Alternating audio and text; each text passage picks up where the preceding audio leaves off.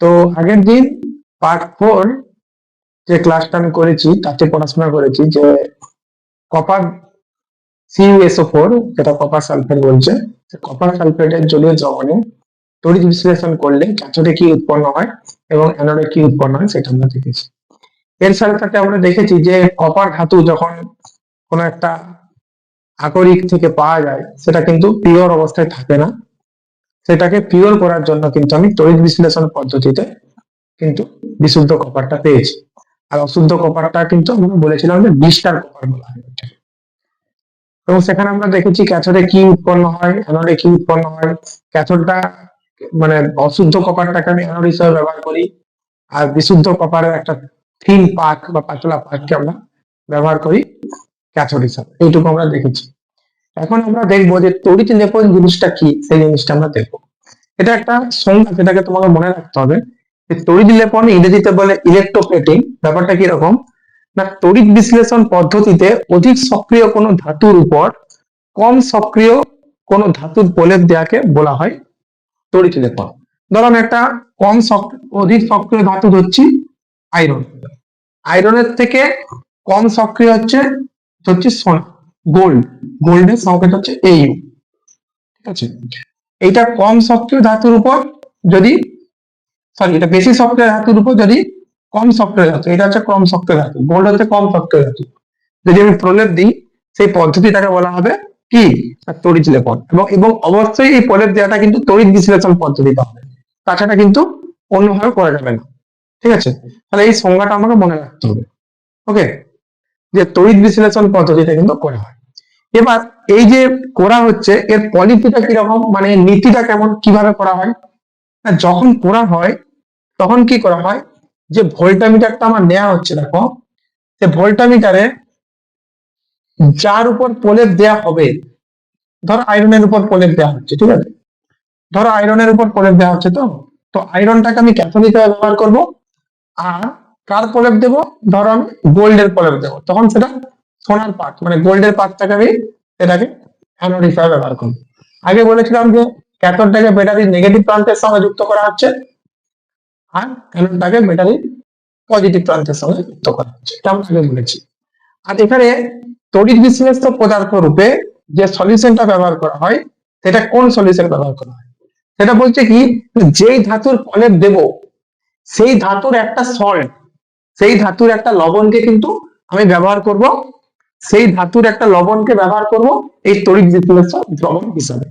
তারপর যদি আমি এখানে ধরো এই যে গোল্ডের প্রলেপ দেব, তাহলে সেক্ষেত্রে আমি ইউজ করবো পটাশিয়াম অরসাইনাইড ইউজ করবো, কারণ এটা গোল্ডের একটা সল্ট। ঠিক আছে, এই সল্টটা কিন্তু আমি ইউজ করবো।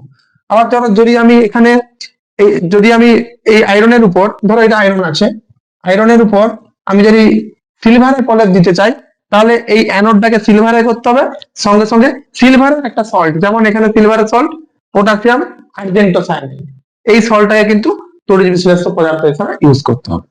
এটা হচ্ছে মূল পলিসি বা নীতি। তাহলে এটাই হচ্ছে তড়িৎ লেপন। এবার কোশ্চেনটা হচ্ছে তড়িৎ লেপনটা কেন করা হচ্ছে। তড়িৎ লেপনটা করা হয়, ধরো একটা অধিক সক্রিয় একটা ধাতুর উপর যদি আমি একটা কম সক্রিয় ধাতুর আস্তরণ ফেলে দিই, তাহলে কি অধিক সক্রিয় ধাতুটা কি হচ্ছে, সে কিন্তু বাতাসের সংস্পর্শে আসতে পারছে না, কারণ তার উপর একটা কম সক্রিয় ধাতুর কিন্তু একটা প্রলেপ ফেলে দিয়েছি।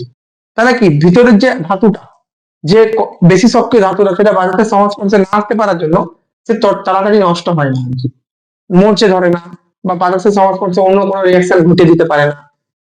এই জন্যই কিন্তু তড়িৎ লেপনটা করা হয়ে থাকে। ওকে, এখন একটা নতুন প্রবলেম অ্যারাইজ করেছে, সেটা কিরকম না, বইতে দেখবে লেখা থাকছে বিভিন্ন ধরনের বইতে, যে যখন এই তড়িৎ বিশ্লেষণ পদ্ধতিটা ঘটানো হচ্ছে ভোল্টামিটারের মধ্যে, তখন এই যে আমি কারেন্টটা ইউজ করছি, কারেন্টটা হচ্ছে always DC current. DC current ব্যাপারটা কি, ডিসি কারেন্ট ফুল ফর্ম হচ্ছে ডাইরেক্ট কারেন্ট। ডিসি কারেন্ট মানে হচ্ছে ডাইরেক্ট কারেন্ট। আমরা বাড়িতে যে হাউস হোল্ড মানে বাড়িতে যে আমার কারেন্টটা ইউজ হয় সেটা হচ্ছে এসি কারেন্ট, কিন্তু সেই কারেন্ট আমরা ইউজ করিনি, উল্টে আমরা ইউজ করি কোন কারেন্টটা, সেটা হচ্ছে AC current, DC current use করি। আর এসি কারেন্ট মানে হচ্ছে অল্টারনেটিং কারেন্ট, অল্টারনেটিং কারেন্ট। এই কারেন্টটা হচ্ছে আমাদের বাড়িতে যে পাখা চলে বা বাড়িতে যে কারেন্টটা সাপ্লাই হয় সেটা হচ্ছে এসি কারেন্ট।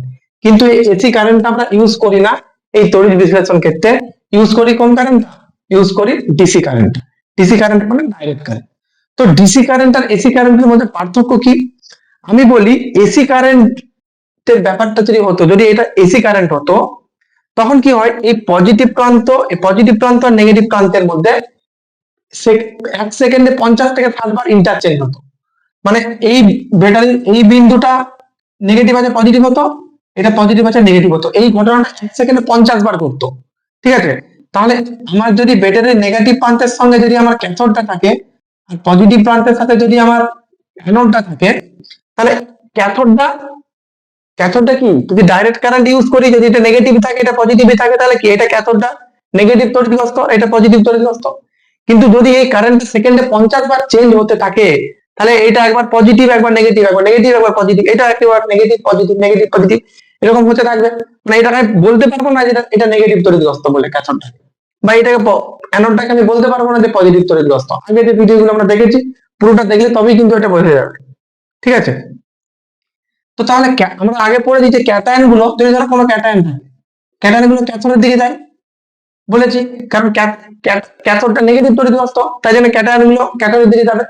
কিন্তু যদি সেকেন্ডে এরকম পরিবর্তন হতে থাকে, কখনো positive positive negative positive negative, তাহলে কি আলটিমেটলি ধরো এই পজিটিভ ছিল এ নেগেটিভ ছিল, যেতে চেষ্টা করলো তখন এটা সঙ্গে সঙ্গে পজিটিভ হয়ে যাবে, তখন পজিটিভ হয়ে গেল, তাহলে কি যেতেই পারবে না। আবার অ্যানায়ন যদি ধরি, অ্যানায়ন গুলো কোন দিকে যাবে, অ্যানোডের দিকে যাবে। ধরো অ্যানোড পজিটিভ তড়িৎগ্রস্ত, যেতে চেষ্টা করলো তখন এটা পজিটিভ জায়গা নেগেটিভ তড়িৎগ্রস্ত হয়, তাহলে যেতে তাহলে যাবে না তো তখন, কারণ নেগেটিভ নেগেটিভ বিকর্ষণ করবে, যাবে না। তার আলটিমেট এক সেকেন্ডে 50 বার এরকম চেঞ্জ হয় বলে কি আলটিমেটলি এদিকে কোনো দিকেই যেতে পারে না, ক্যাথোডের দিকে যেতে পারে না, অ্যানোডের দিকে যেতে পারে না। এই জন্য অল্টারনেটিং কারেন্টটা ইউজ করবো না, কারণ অল্টারনেটিং কারেন্ট হলে এক সেকেন্ডে 50 বার দিক পরিবর্তন করবে। আর যদি ডাইরেক্ট কারেন্ট হয় তাহলে এটা নেগেটিভ এটা পজিটিভ, অলওয়েজ এটা নেগেটিভই থাকবে আর অলওয়েজ এটা পজিটিভই থাকবে। তাহলে কি এটা নেগেটিভ তড়িৎগ্রস্ত, এটা পজিটিভ তড়িৎগ্রস্ত, নেগেটিভ তড়িৎগ্রস্তের দিকে ক্যাটায়ন গুলো যাবে আর পজিটিভ তড়িৎগ্রস্তের দিকে অ্যানায়ন গুলো যাবে। তাহলে কি তড়িৎ প্রবাহটা কন্টিনিউয়াসলি চলতে থাকবে। কিন্তু যদি আমি এসি কারেন্ট ইউজ করি সেই ঘটনাটা ঘটবে না। ওকে, তাহলে কি কোশ্চেনটা পরীক্ষায় পড়বে যে কেন ডিসি কারেন্ট ব্যবহার করা হয়, তখন এইভাবে বলতে হবে যে এসি কারেন্ট যদি ব্যবহার করি তাহলে ক্যাথোড আর অ্যানোড যে মেরু প্রতি মুহূর্তে পরিবর্তন করতে থাকবে। এর ফলে কি হবে না, ক্যাটায়ন গুলোকে আমরা ক্যাথোডকে আমরা বলতে পারবো না পুরোপুরি যে নেগেটিভ তড়িৎগ্রস্ত বলে, আর অ্যানোডকেও আমরা বলতে পারবো না যে পুরোপুরি পজিটিভ তড়িৎগ্রস্ত বলে। এটা প্রতি মুহূর্তে দিক মানে প্রতি মুহূর্তে চার্জ বা আধান পরিবর্তন করবে। এর ফলে ক্যাটায়ন এবং অ্যানায়ন গুলি কোনো একটি নির্দিষ্ট তড়িৎ দ্বারের দিকে যেতে পারবে না, ফলে তড়িৎ প্রবাহ হবে না, ফলে ইলেকট্রোলাইসিস বা তড়িৎ বিশ্লেষণ হবে না। ওকে, thank you for watching this video. If you like this channel you can subscribe. Thank you.